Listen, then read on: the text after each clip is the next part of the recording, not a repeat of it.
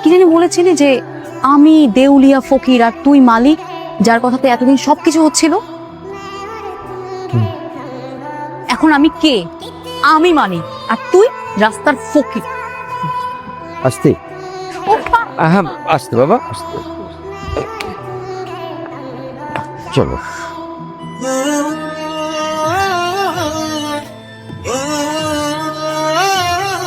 বাবা,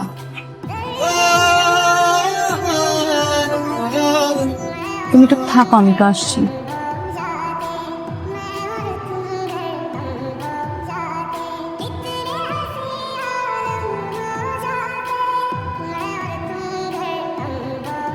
সব বুঝলাম, প্রপার্টি নিয়েছিলি আবার ব্যাকও দিয়ে দিয়েছিস। কিন্তু এই 10টা দিন ধরে আমার উপর যে নির্মম অত্যাচার তুই করেছিস না, এটা আমি জীবনও ভুলব না।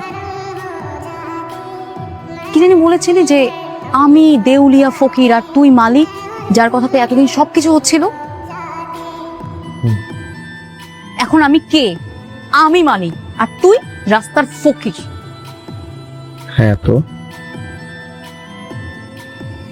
ভাবলাম যাওয়ার আগে তোকে শেষ একটা উপহার দিয়ে যাই।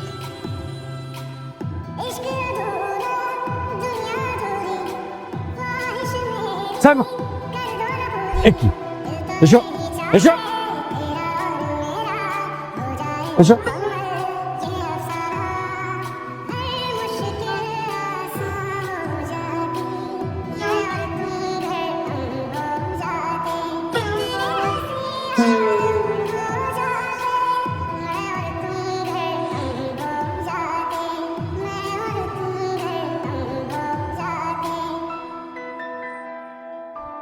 ম্যাডাম, ফাইলটা দেন তো, একটু চেক করে দেখি কাগজপত্রগুলো ঠিক আছে কিনা।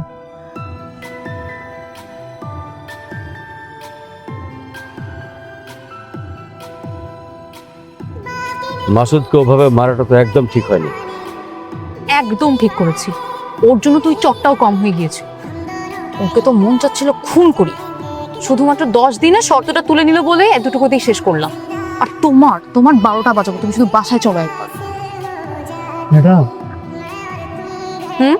সর্বনাশ। কি হয়েছে?